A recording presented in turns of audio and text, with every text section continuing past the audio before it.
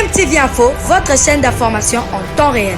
La politique, la santé, le sport, les faits de société, la musique, les rumeurs et bien plus encore. Vous découvrirez cela dans notre chaîne DMTV Info.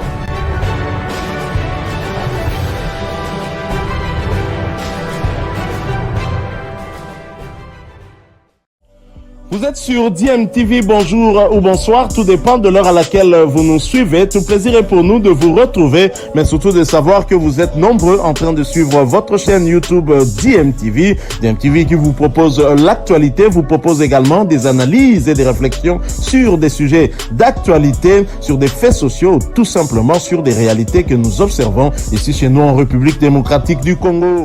Na Kinshasa ces derniers jours, Kinois bazali ko constater pasi il y a distribution, en tout cas il y a carburant na ba station Nabiso. Raison ezali nini? Tantôt on nous rassure, hein, on constate qu'en tout cas batu bazak ozalaka ka ebele na ba station pour na koka kozwa carburant, c'est qu'il y a quelque chose qui ne va pas. Est-ce que ezali na makambo ezosalema na Ukraine, conflit entre Ukraine na Russie, ou certainement ça la ba répercussion sur ba prix il y a ba carburant? Est-ce que yangonde zali ko impacter pebiso awa parce que ba opérateur o ba evraka na secteur wana ba lingi ba augmenter pour que ba Coca-Cola nda ba prix ndenge zali komata à l'international. En tout cas, nous n'en savons trop rien, mais est-il que tilelo tozo constater ka kalmi ezate na secteur wana parce que soko leki na ba station okomona kaka le trop plein o ba tout carburant ba za optek ango à compte goutte et comme même qu'il faut au soudoyer pompiste peut-être avec 1000 francs de plus pour que akoka kotie la yo carburant ezali penza amawa. Mais n'a proposé bino moi à lisolo yo muke journaliste oyo a Betelebiso journaliste ya Canal Kin télévision oyo a Betelebiso a expliqué biso raison il y a crise oyo par rapport il y a distribution à carburant na ba station en abiso yé azala ba détail en tout cas même si a meki koloba pe na conditionnel mais a pesibiso information sur la raison fondamentale za ko expliquer que carburant est à la rare na ba station nabiso. Je propose to landaye bongo na sima to kutana pour que to ko poursuivre sujet oyo. Bilile le pamaloba na evele. Biso to somba kabila na États-Unis. Tandis que somba kabila na Ukraine. Na Russie ba na guerre. Bango nyo somba comme na États-Unis. États-Unis a comme les sels oyo azo fournir carburant. Place à bande qu'on fournit 10 litres par jour, à comme on fournit par exemple 30. Et comme il est belé. À kokokate, là il y a mon économie un jour à kokata. Des mutu oya bande qui consomme carburant na Congo pour opérateur économique. Ba ya balongo là il y a un régime na bango ya ba commission. Balongo là qui est parce que balbazo ya mbongo belé azali mutu na régime Kabila. Bati mutu na bango. Alors que mutu wana abande ko benga na États-Unis, même carburant nyongo. Nous avons besoin de temps. Patinde yé, après ce opérateur économique, tu vas tout battre kabakabia, battre qui yango. Bazimbongo, bazongisi. Bango baye balongo lié. Oyo battre azana mbongo osombe belete. Baye bipe bana confiance na été. Ministre à portefeuille. Elle balongo la ndeko wana. Fais ndeko Johnson na bosanité. Aboyi atelemi ya bibolongo la ndeko te. Soki bolongo li tozana problème ya carburant. Mais les gens ont conditionné pour pas décanter même situation. Il y a un cabine mon andam, la réunion ma bengaki, mouton va l'ongolaki. Celui qui est venu décanter situation. Bah bichou tu m'as lobby, bah opérateur économique m'a pétrolé m'a lobby. Il faut qu'à besoin de sa bichou yé. Où les a dit naïe, n'a pas opérateur économique voilà. Pour qu'à besoin ça y est pour la. Mais c'est déjà tard, c'est déjà tard. Ce n'est pas encore tard, parce qu'il y a eu qu'on décanter situation où tout le monde m'a cabine. Mais d'habitude, il fait question mon corps. Le gouvernement a soutenir des côtés lombo. On a la combien de côtés lombo est égal à Kabila bis. Des dieux n'a pas eu de babomim beaucoup. On a bien des côtés lombo, on a eu le monde de Congloire. La bonne somme peu possible. Des côtés lombo, si ma Congolais ma promesse, il n'y a pas de monter. Promesse, c'est ce qu'il y a. Ah, madame, ma Congolais, tellement que mon cousin va se mêler. Beaucoup à la même si ma somme la bilo ça pour qu'elle pour pas qu'on va quoi qu'elle va raconter quand même lola pour l'intention de continuer parce que nous ça fait comme ma promesse tout le monde a voté une minute voilà donc c'est même ça commence sur la Nzambe à côté de la Nzambe même si on ça somme la biso voilà là au-delà de ton une minute François Biya voilà une minute on a pour nous so ya fait biso comme projet à ta mon côté parce que yebisanga yé tata na ngai ndeko na ngai aye awa akomisanga inde kotilo alobaki non asoutenaka baministre te akosoutenir ndeko Tshilombo mais na bosolo mpe bosimbo ebike ndeko na nga aza courage. En le suivant, je me dis que ça a quand même triste. Hein? Alors, ce qui est vrai, Makambo ya lobby. Alors, est-ce que Mboka Mobimba et Kokiko dépendre PKK Namutumoko pour que distribution à carburant et Coca-Cola les Mabo et Longobani? Parce que jusque-là, nous n'avions pas de problème et Yembalamoko. Je me souviens que même dans la période, il y a Joseph Kabila Kabange, par moment, opérateur économique au Ivraka. Dans le secteur, il y a carburant Oyo, Zala qui peine politique moko toujours ya ko blokaka carburant et comme na ba station te tangu ba mitu ko ma plein wana ali discussion salemi na à l'état jusqu'à ce que ba ki ko zo ba mesure que l'état a supporté ba charge musu sous likolo ya ba bango bazala ki nango pour que bango ba sala ba perte te et pour stabiliser prix à la pompe ndé omona que to vanda ki na prix o to zali nango actuellement na à pompe mais situation o e ko koma siko na lingi na yeba entre moment o fatia zo ki bo continent lelo.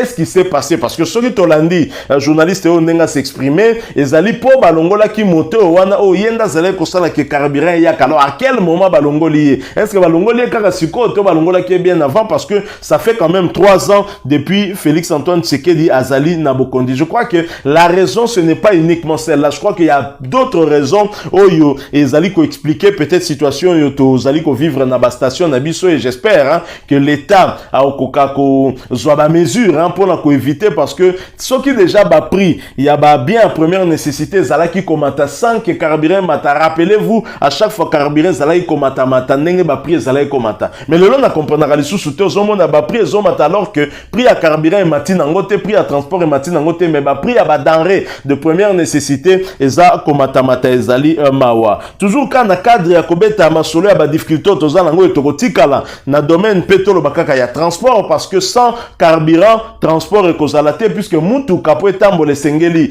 carburant avion pour voler sengeli kérosène bateau pour enana et sengeli carburant pe tokei siko na domaine ya avion hein et pas iwapi Congo Airways c'est très en difficulté hein pratiquement en faillite le lo bazoye bisabiso qu'après que Kenya est résilié masolo nde bazalaki nango après také ba avion abotoli ba avion nepo Congo Airways a futa kanayete donc a pesa kanaye mbongo o azo devoir na Kenya Airways te siko tozo yo kama solo neti kaka ke ko sale masiko na Ethiopia espérons que cette fois-ci contrat soki ba yokani et ko mema situation moko pe a bien pour la parce que que ba intérieur pena ezali enclavé le lot hein soki ba avion ça ko kendete ça ko pesa quand même passi mais to mitu na pena comment ça se fait que Congo Airways au matata po na sombaka 2 avions et tikalaka kana avion moko pe avion ngo moko ezali pe na etanini pourquoi avion ya liboso wana exploitation nango e umelate alors que prix o ba sombaka yango ezali tellement exorbitant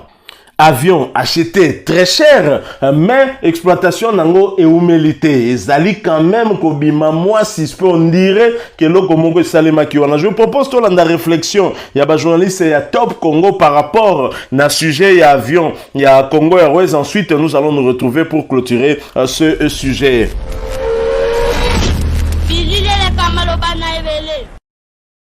On ne fait rien à ces gens-là. Bato ba somaka ba avion wana.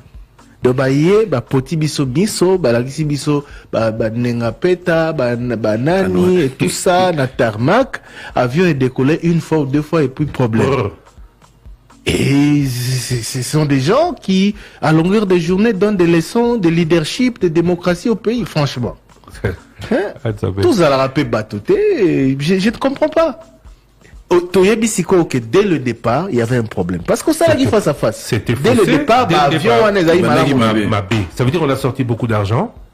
On peut dire que c'est pas de notre responsabilité parce que, mais il y a c'est vrai qu'il y a aujourd'hui, ceux qui, par exemple, le Bitosa, la compagnie Sika, parce qu'il a été question, hein, le Bitosa, 300 millions pour acheter 3 avions. À 100 millions, 100 millions, 100 millions. Quand tu vas voir sur le marché, ces avions, tu peux les avoir à 20 ou 30 millions. Et dans 10 ans, 5-10 ans, on va dire, oh non, Koufa Kitang, et Zako Sala, parce que 6 mois, 1 an, et ça a tenu, après ça tient plus. C'est normal que si tu achètes des avions de 20 millions à 100 millions, d'abord, il y a de l'argent qui est parti quelque part, il faut se poser la question. Mais après, c'est vrai que, comme tu dis, il faut pas venir dire, faut pas venir donner des leçons aux autres. Oui. Voilà. Et on peut avoir tort. On ne dira pas de nous qu'on est ceux qui manipulaient, ceux qui utilisaient. Mais elle est constant au sali. Moi, j'interpelle juste les services. C'est pas question de que l'État fasse son travail.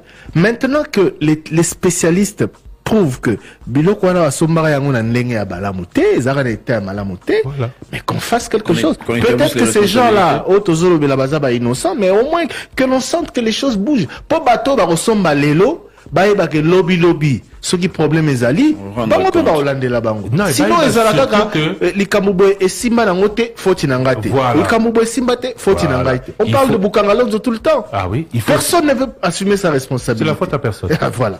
Et il faut que ceux qui ont fait ça hier soient un truc, mais bon, le lobby, ah non, chasse aux sorcières, vengeance, tout ça, mais ceux qui sont là aujourd'hui, ils vont refaire la même chose, et demain ils diront c'est pas moi, moi j'avais laissé les autres.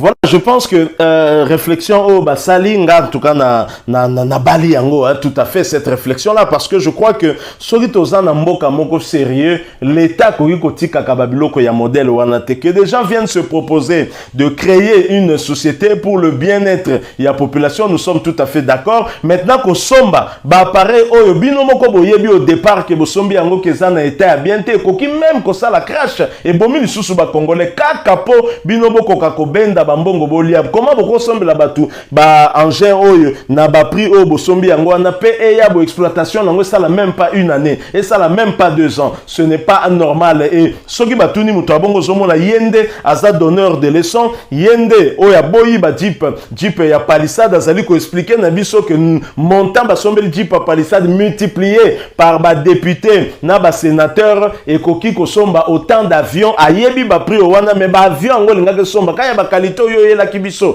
bien sûr na moment na yo ezalaki ko voler parce que yebaki na okata soko ki après et ko voler les soutes. Je crois qu'à un certain moment nous devons apprendre à être sérieux. Mboka o ezali na possibilité à ko stopper hémorragie, il y a sous-développement, hémorragie, il y a passion tozali na yango à condition que bateau bazali ko diriger biso bazo quand même conscience il y a ko yebake poche ya l'État ezali poche na bangote okoki kozwa ba décision te oyo na sima ya mutu na yo ozali ko kanisa kaka comment est-ce que yo okoki koyiba ke na tongeli bango nzela 1 km ezaka soki $1 million yo tongi yango pour $2 millions pe otie pena 2 millions pe montant oyo bimisi ezata msu $500,000 ou lien na yo 1,5 million. Donc mboka oyo tant que impunité et ko continuer pour na ko contraindre batu ko banga koyiba te kozala malheureux.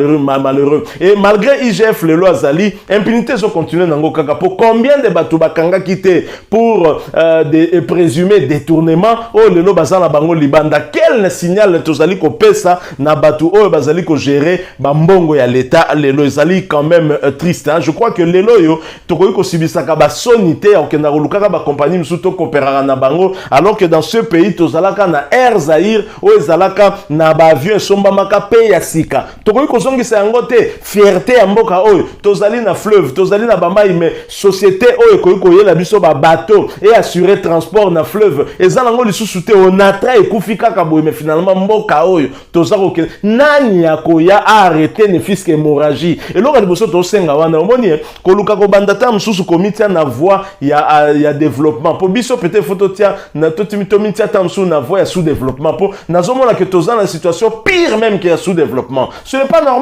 Et ça normalité. Et c'est ngene na biso to ko prendre conscience. Problème ya mboka oyo eza problème ya l'homme congolais mawatro. Peut-être que soki bati atanga iso na komi wana na otala na nu poche na nga na ba proche na nga ba famille na ba master na nga. Ne lo rezobo mboka oyo. Et c'est ngeli to zala na souci ya mboka développement ya mboka pe total bana o ba koya lobby parce que biso to koleka. Qu'allons-nous laisser à ces enfants là? Quel pays ya ndenge ni torotique la bana wana? Makamboke sur le barazaka na raison mais qu'est-ce que se passe na makambo ya carburant au tobengaka limba na kine et puis na makamonneti ya Congo Airways le championnat national et katanito yebi même pas soke kozonga kaka pona problème ya transport vraiment ko interpeller nango bisote et tant que tozomona ke ba vandam bazozwa ba passeport diplomatique finalement quel quelle distraction dans ce pays? Quelle distraction, s'il vous plaît? Van Damme aoya ko soigner image ya mboka o image nango moko za nka mabe a soigner ngondenge nini? Image ya mboka championnat katani pour par manque de transport pour l'état futa la société oh wana déjà en faillite te mbongo te nde Van Damme a soigner ngo na ndenge nini? Moko peto ala kabatu. Allons à l'essentiel plutôt que comme ma mission na ba distraction ezanga atina. Voilà, moi lisolo na ngaki na partager na bino. Venez partager avec nous votre point de vue par rapport à Masolomi Baleto Betiawa, rareté à carburant, pe na problématique. Il y a avion au matata pour na sombaki na Congo Airways ou exploitation nango ezui tante to komi ko kanisa ke neti kaka et somba magi na ndenga bulu yeke neti kaka ba kanyaka eleka ki pe côté wana. Eza réflexion to sali. Partagez avec nous votre point de vue. Ce qui vous s'appelle dans le sujet au bout de biso maman na ba j'aime donc mu piku pena ba j'aime ça kabiso bien mingezel les kapenan de l'eau et ça biso bien. Ozana na abonné tende konanga mi abonné na chaîne DMTV ko bossa na pété ko activer cloche ya notification. Encore une fois merci avec espoir de vous retrouver bientôt dans un autre sujet d'actualité. En attendant, portez-vous bien et DMTV vous dit au revoir.